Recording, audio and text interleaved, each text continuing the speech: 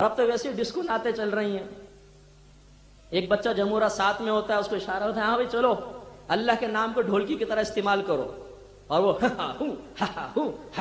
اور ہم کہتے ہیں اب مزہ آیا، واہ بھائی واہ واہ واہ، بڑا جھومتے ہیں، محفل میں جان پڑ جاتی. اس سے پہلے مزہ نہیں آ رہا تھا، معاذ اللہ معاذ اللہ، میں نے یہاں تک جملہ سنا ہے، پہلے مزہ نہیں آ رہا اب آیا مزہ. یعنی اللہ کے نبی کا نام لیا جا رہا ہو، پہلے مزہ نہیں آ رہا، اللہ کے نام کو ڈھول کی طرح استعمال کرے تو ہمیں مزہ آنا شروع ہو گیا. لا حول ولا قوت. ڈوب مرنے کا مقام ہے کہ ہم نے نعت کو بزنس بنا کر پیسے کمانے کے لیے اللہ کے نام کو ڈھولکی بنا لیا. اور میں معذرت کے ساتھ ان منتظمین کو بھی میں عرض کرتا ہوں کہ آپ نے ان کس قسم کے نعت خوانوں کی حوصلہ افزائی کر کے اس معاشرے میں ایک بڑے بگاڑ کو جنم دیا ہے.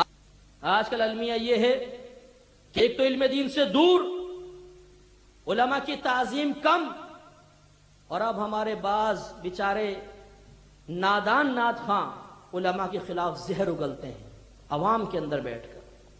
کس وجہ سے؟ علماء نے منع کیا کہ اللہ کے نام کو ڈھولکی کی طرح استعمال مت کرو. یہ بے ادبی ہے. انانیت نے زور پکڑا. ہونا تو یہ چاہیے تھا کہ کہتے کہ ٹھیک ہے جی آپ حکم دیتے ہیں آمنا صدقنا، ہم تو ثواب کے لیے کر رہے تھے، آپ منع کرتے چھوڑ دیتے ہیں. نہیں، آدھا گھنٹہ پونا گھنٹہ نعتیہ محفل میں عوام کو علماء کے خلاف بھڑکایا جا رہا ہے. یہ علماء کیا جانے جی، ایسی فتوے دیتے رہتے ہیں، ہمارے پاس بھی تو فتویٰ ہے. اگر آپ کے پاس جواز کا فتویٰ آ بھی گیا کہیں سے بالفرض، تو اب شرعی اصول یہ ہوتا ہے کہ جس طرف علماء کی زیادہ تعداد ہوگی فتویٰ وہ چلے گا، دوسرا فتویٰ ریجیکٹ. اب اس مفتی کا فتویٰ نہیں چلے گا.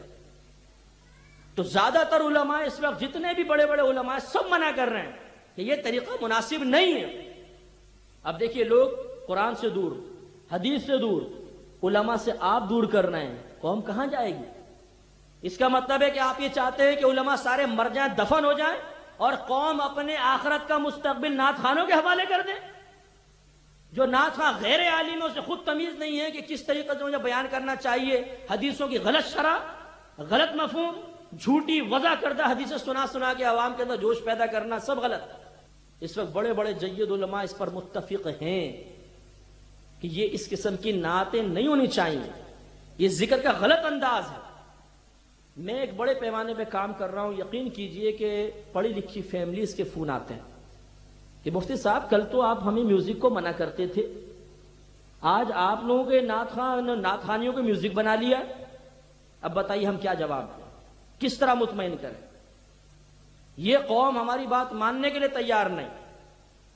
اب ہم کہتے ہیں کہ ہم نے سمجھایا، بولتے ہیں آپ نے کیسا سمجھایا، آپ کی بات کیوں نہیں مانتے یہ لوگ؟ کیا جواب دیں بتائیے؟ لوگ بدزن ہو رہے ہیں. یاد رکھیے اس قسم کے ذکر کی جو نعتیں ہیں نا، یہ نچلی سطح کی عوام پسند کرتی ہے، پڑھا لکھا طبقہ بالکل پسند نہیں کرتا. کبھی ہمارے کراچی میں آئیے، کوئی پڑھی لکھی فیملی آپ کو کیسٹ لگاتی ہو نظر نہیں آئے گی، چل بھی رہا ہوگا کہیں گے بند کر دو اس کو. یہ کیا ہے؟ نبی کی نعت کا تقدس ہی ختم ہو گیا. اور میں معذرت کے ساتھ، کاش یہ پیغام نعت خوانوں تک پہنچے. میں آپ سے دیانتداری کے ساتھ سوال کرتا ہوں، اگر ایک کوئی بڑی محترم شخصیت، بڑے عالم دین، کوئی بڑے پیر صاحب مشیخ تشریف فرما ہوں اور آپ کو نعت پڑھنے کا موقع ملے تو کیا ان کے سامنے بھی ذکر کریں گے؟ میں نے دیکھا بولتے نہیں ابھی نہیں، حضرت بیٹھے ہوئے.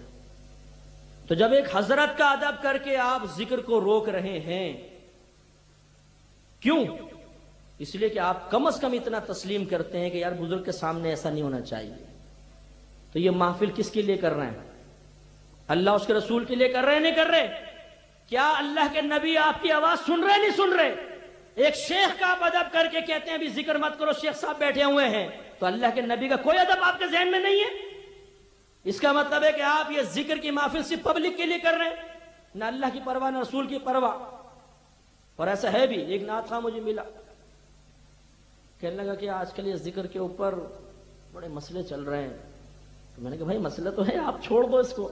کہنے لگا یقین کریں میں خود اس کو برا سمجھتا ہوں، لیکن کیا کریں پبلک کی ڈیمانڈ ہے. تو حقیقتاً اب نعت خواں اللہ کے لیے شاید ہی پڑھتا ہو. میں نہیں کہہ رہا ہوں کہ ہر ایک ایسا کرتا ہے، اب پبلک کی ڈیمانڈ پہ چلتی ہے بات. پبلک کیا چاہتی ہے، میزبان کیا چاہتا ہے، کون سی نعت پڑھوں کہ میزبان پھڑک جائے اور جیب میں ہاتھ ڈال کے ہاں یوں پیسے لوٹانا شروع کر. یہ تو انداز بھی مطلب مناسب نہیں ہوتا, یہ پیسے لوٹانے کا انداز.